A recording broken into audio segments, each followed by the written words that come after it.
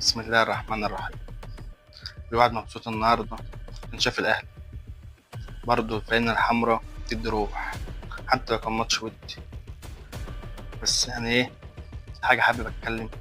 هو جمهور الزمالك طلع دين جديد اسمه دين الزمالك.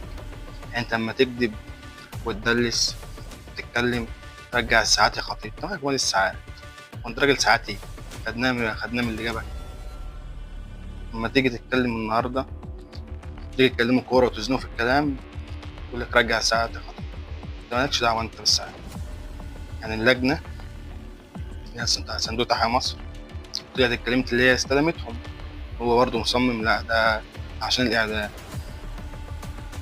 هو كده ما بيصدقوش حد، هم بس اللي إيه كلامهم صحيح. أي حد عكس كلامهم لا ده كذاب. يجي يكلمك يقول لك صفقة زيزو وهناخد نص الفرق بتاعهم، زي ما أنت خدت إمام عاشور وأنا خدنا ناصر ماهر وعبد الله السعيد وأحمد حمدي. يا ابني الأهلي بايع اللعيبة دي، وعند عبد الله السعيد ده بركة. عبد الله السعيد ده لعب في الأهلي يجي 7 سنين ما شمناش فيهم أفريقيا. أول ما مشي السنة اللي بعدها خدنا أفريقيا. قعد له برضه 5 سنين ولا 4 سنين في بيراميدز. اول ما مشي بيراميدز خد افريقيا.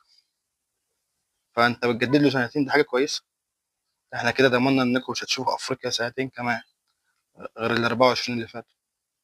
وهم حتى بعد سنتين ما يخلصهم ده راجل بركه، خلوه عندكم شغلوه اداري ولا مدير فني ولا اي حاجه. بس هل بقى الفقل ده ان لو كده عبد الله السعيد مشي من الزمالك ممكن الزمالك ياخد افريقيا؟ برضه لا. الزمالك هيتنيه على الكونفدراليه كده حبه حلوين يعني، بس هو يتنيه ايه يستمر فيه. وبعدين تيجي تكلم واحد زملكاوي، يعني ايه تحس انك تقلب تخش على برنامج سياسي.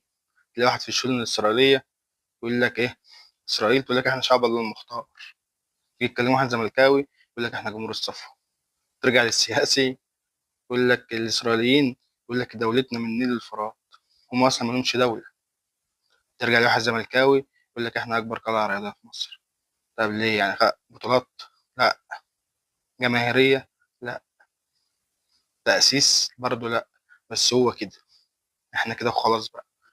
خلاص يا عم براحتك، إن شاء الله تبقى أكبر نادي في الكوكب. ليس على ما يضحك. مفيش مشكلة يعني. فأنت تيجي فالزمان تيجي حتى ترجع للشؤون الإسرائيلية تاني، الإسرائيليين يكذبهم يجي 1000 كذبة وتضليل. تيجي تبص أنا هرد على كله إزاي؟ تيجي ترجع للزملكاوي نفس الفكرة، يقعد يكذب. نادي القرن، بطولات، حرام، مش عارف